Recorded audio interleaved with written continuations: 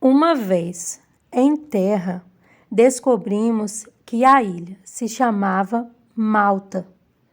Os habitantes da ilha mostraram extraordinária bondade para conosco.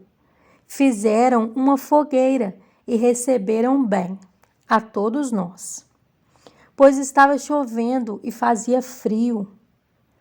Paulo ajuntou um monte de gravetos. Quando os colocava no fogo, uma víbora, fugindo do calor, prendeu-se à sua mão.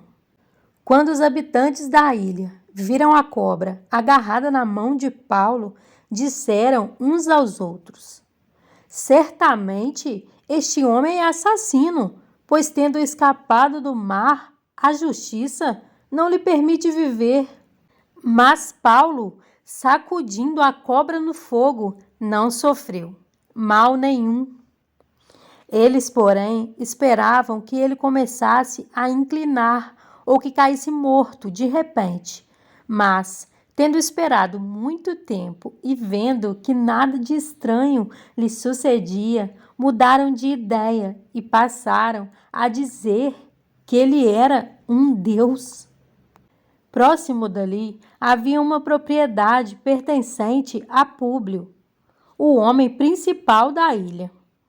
Ele nos convidou a ficar em sua casa e por 3 dias, bondosamente, nos recebeu e nos hospedou. Seu pai estava doente, acamado, sofrendo de febre e disenteria. Paulo entrou para vê-lo e, depois de orar, impôs-lhes as mãos e o curou. Tendo acontecido isso, os outros doentes da ilha vieram e foram curados. Eles nos prestaram muitas honras e, quando estávamos para embarcar, forneceram-nos os suprimentos que necessitávamos. Passados 3 meses, embarcamos num navio que tinha passado o inverno na ilha. Era um navio alexandrino, que tinha por emblema os deuses gêmeos, Castor e Pólux. Aportando em Siracusa, ficamos ali 3 dias.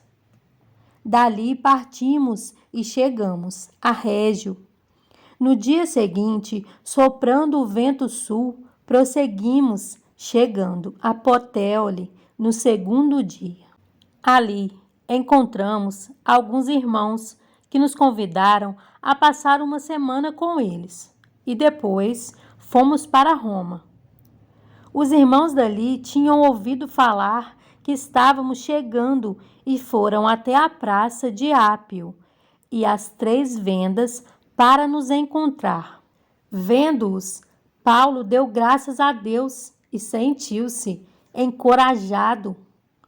Quando chegamos a Roma, Paulo recebeu permissão para morar por conta própria, sob a custódia de um soldado. 3 dias depois, ele convocou os líderes dos judeus. Quando estes se reuniram, Paulo lhes disse: meus irmãos, embora eu não tenha feito nada contra o nosso povo, nem contra os costumes dos nossos antepassados, fui preso em Jerusalém e entregue aos romanos. Eles me interrogaram e queriam me soltar, porque eu não era culpado de crime algum que merecesse pena de morte. Todavia, tendo os judeus feito objeção, fui obrigado a apelar para César, não, porém, por ter alguma acusação contra o meu próprio povo. Por essa razão, pedi para vê-los e conversar com vocês.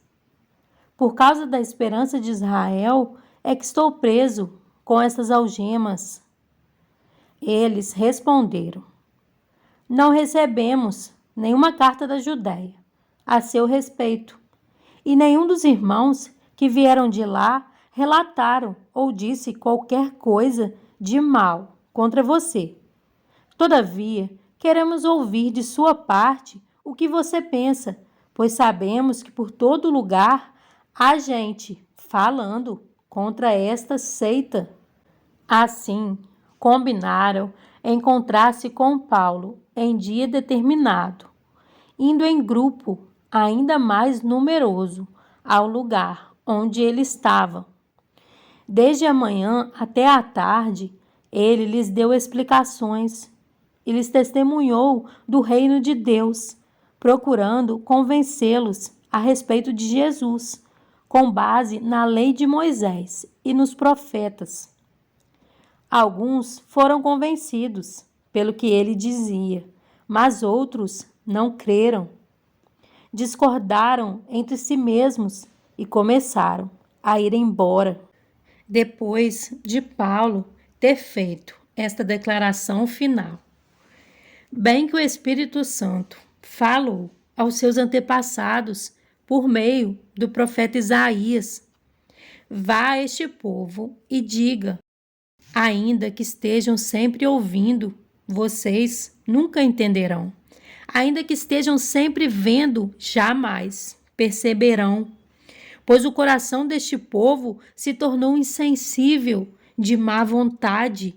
Ouviram com seus ouvidos e fecharam os seus olhos. Se assim não fosse, poderiam ver com os olhos, ouvir com os ouvidos, entender com o coração e converter-se, e eu os curaria. Portanto, quero que saibam que esta salvação de Deus é enviada aos gentios. Eles a ouvirão. Depois que ele disse isto, os judeus se retiraram, discutindo intensamente entre si. Por 2 anos inteiros, Paulo permaneceu na casa que havia alugado e recebia a todos os que iam vê-lo. Pregava o reino de Deus e ensinava a respeito do Senhor Jesus Cristo abertamente e sem impedimento algum. Em João 14, 21 a 26, diz: quem tem os meus mandamentos e lhes obedece, esse é o que me ama. Aquele que me ama será amado por meu Pai, e eu também o amarei e me revelarei a ele. Disse então Judas, não Iscariotes: Senhor, mas por que te revelarás a nós e não ao mundo? Respondeu Jesus: se alguém me ama, guardará a minha palavra. Meu Pai o amará. Nós viveremos a ele e faremos nele morada. Aquele que não me ama não guarda as minhas palavras.